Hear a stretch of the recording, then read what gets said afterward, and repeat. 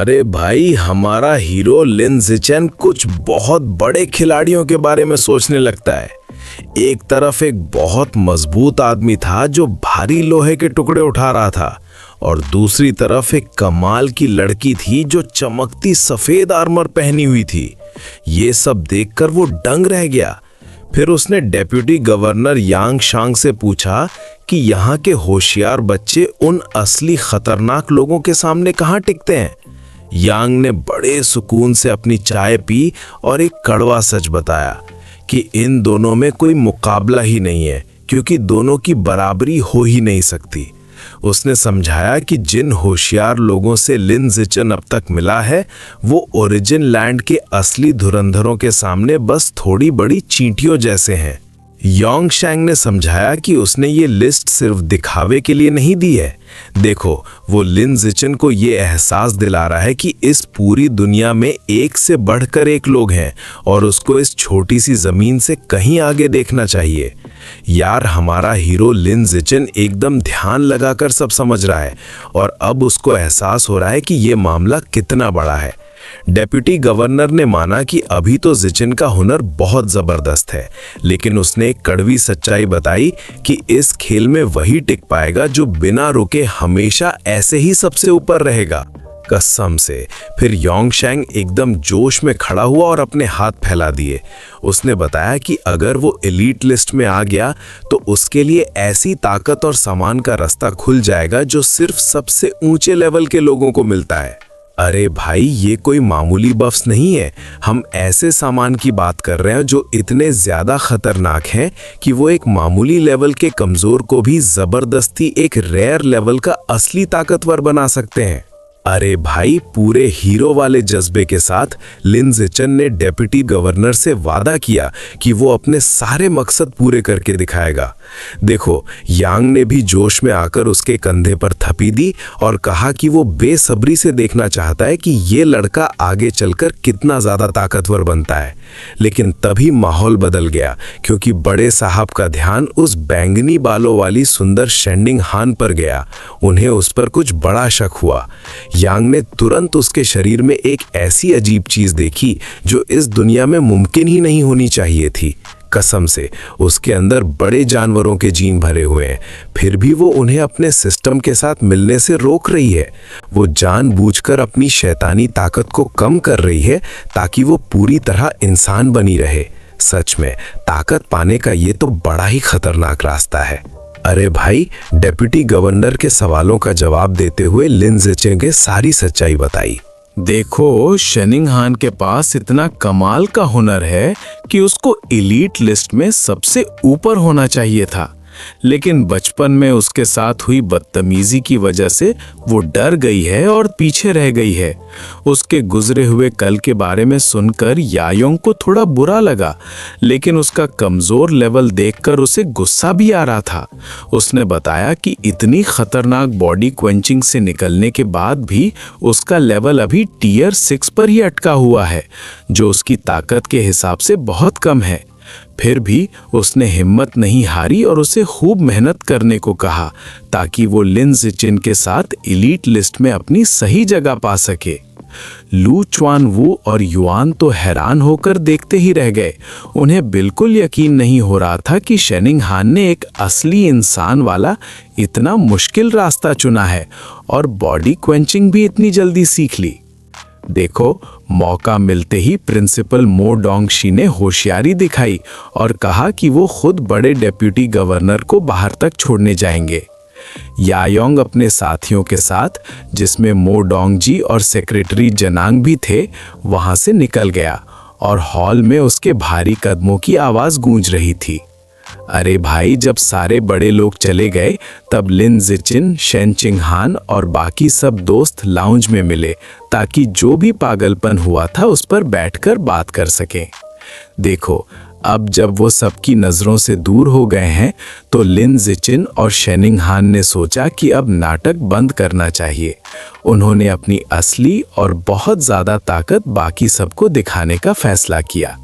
अरे भाई, ये देखकर तो ल्यू च्वान वो खुशी से पागल हो गया और तुरंत शेनिंग हान के पास पहुंच गया। वो किसी लालची व्यापारी की तरह अपने हाथ मलने लगा। उसने कहा कि क्योंकि वो पहले से ही इतने बड़े और असली रास्ते पर चल रही है, तो उसको तुरंत उनके हेवनली ह्यूमन पवेलियन से जुड़ जाना चाहिए। लेकिन इससे पहले कि वो बेचारी उसकी बात समझ पाती, उस बेखबर लड़के के पीछे एक बहुत ही खतरनाक और रूह कपाने वाली ताकत दिखने लगी। यार, बेचारा ल्यू चुआनवू तो पसीने पसीने हो गया। देखो, मो डोंगजी उसके सामने किसी बड़े दुश्मन की तरह खड़ी थी और उसकी आंखों में बिल्कुल जान लेने वाला गुस्सा था। वो पूछ रही थी कि उसकी हिम्मत कैसे हुई उसके सबसे खास चेले को छीनने की। अरे यार, ल्यू चुआनवू ने बुलाने के लिए बहाने बनाना शुरू कर दिए और कहा कि शेनिंग हान की जो बनावट है वो उनकी टीम के मेटा के लिए एकदम सही है।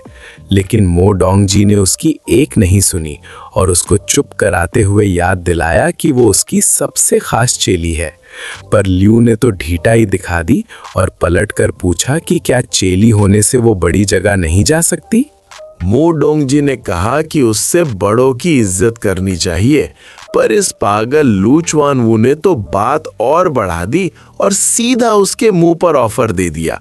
देखो भाई, ये बदतमीजी देखकर मो डोंगजी को बहुत गुस्सा आ गया और उसने घबराए हुए डायरेक्टर का कॉलर पकड़कर उसको बाहर घसीटना शुरू कर दिया और उसकी बिल्कुल नहीं सुनी जब वो चीख रहा था कि वो औरतों से नहीं लड़ता। अरे भाई, वहां जो तमाशा हो रहा था उसे देखकर यू यान और उसकी टोली के पसीने छूट गए। वहीं युआन को यकीन नहीं हो रहा था कि एक मामूली डायरेक्टर इतने बड़े प्रिंसिपल की बिल्कुल इज्जत नहीं कर रहा। थोड़ी देर बाद ल्यू चुआनवू वापस आया और ऐसा लग रहा था जैसे किसी ने उसे बुरी तरह पीटकर कचुम्बर निकाल दिया हो। उसके पूरे शरीर पर चोटें थीं। इतनी बुरी तरह पिटने के बाद भी वो इतने जोश में था कि उसने शेनिंग हान के हाथ पकड़े और उसे पूरे मान सम्मान के साथ हेवनली ह्यूमन पवेलियन में शामिल कर लिया। यू यान तो दंग रह गई, क्योंकि उसको सच में लगा था कि मोंगजी से बात करने के चक्कर में आज वो जान से जाएगा। लेकिन ल्यू चुआनवू ने उसकी फिक्र को हल्के में उड़ा दिया और कहा कि तुम बच्चों को बड़ों के जरूरी कामों में अपनी टांग नहीं अड़ानी चाहिए। अरे भाई, असली बात तो ये है कि मो डोंगजी मुफ्त में नहीं माना। उसने हमारी लड़की को साथ लेने के लिए एक बड़ी और मुश्किल शर्त रखी है। देखो, अब ल्यू चुआनवू को अपने सबसे अच्छे कपड़े पहनकर युआन खानदान की हवेली पर दावत में जाना होगा। लेकिन सच कहूँ तो ये किसी पार्टी से ज्यादा किसी खतरनाक डंजन रेड जैसा लग रहा है। यार, ल्यू चुआनवू ने सौदा तो बस अपनी जान बचाने के लिए किया था, लेकिन वो अंदर से बहुत डर में है कि ये खाना कहीं मौत का कोई जाल ना हो। देखो, फिर लिन जिचन ने असली और ज़रूरी बात शुरू की और उस बड़े सहारे के बारे में पूछा जिसका ल्यू चुआनवू ने वादा किया था। अरे भाई, वो ये जानने के लिए मरा जा रहा था कि उस औरत की असली ताकत कितनी है और क्या वो डेप्यूटी गवर्नर या योंगशिंग जैसे खतरनाक शैतान का मुकाबला कर पाएगी। कसम से पसीने में भीगा हुआ ल्यू चुआनवू बस हकलाते हुए बोला कि उसको तो उसकी ताकत के बारे में कुछ भी नहीं पता। यार, इतना घटिया जवाब सुनकर लिन जिचन को बहुत गुस्सा आया और उसने उसको ऐसे देखा जैसे पूछ रहा हो कि क्या इस डायरेक्टर को अपनी जिंदगी कोई मजाक लगती है। ल्यू चुआनवू घबरा गया और बुरी तरह हाथ पैर चलाने लगा। उसने बताया कि ये असली मालिक तो सालों से एक बंद ताबूत में बंद थी, इसलिए उसने कभी उसे अपनी पूरी ताकत दिखाते हुए नहीं देखा। यार, भले ही उसे उसकी ताकत का अंदाजा नहीं है, लेकिन वो लिन जिचिन से कसम खाकर कहता है कि क्योंकि वो असली पवेलियन मास्टर है तो उसके पास दुनिया हिला देने वाली ताकत जरूरी होगी। अरे भाई, हमारा हीरो तो ये बड़ी बात सुनकर हैरान रह गया, क्योंकि उसे तो लग रहा था कि वो अब तक सबसे बड़े आदमी से ही बात कर रहा था। देखो, मजा तो तब आया जब चुआनवू ने मना किया कि वो तो बस एक पुरानी चीजें ढूंढने वाला है जिसने उसे पुराने खंडहरों से बाहर निकाला था। अब लिन ने जिद की कि उसे पूरी कहानी सुननी है, इससे पहले की बात और ज्यादा अजीब हो जाए। अरे भाई, उसने आखिरी धमाका करते हुए बताया कि जो असली बॉस है वो पुराने वक्त की एक बहुत ही ताकतवर हस्ती है, जिसने अपनी भगवान जैसी शक्ति का इस्तेमाल बहुत बड़े दान पुण्य करने के लिए किया।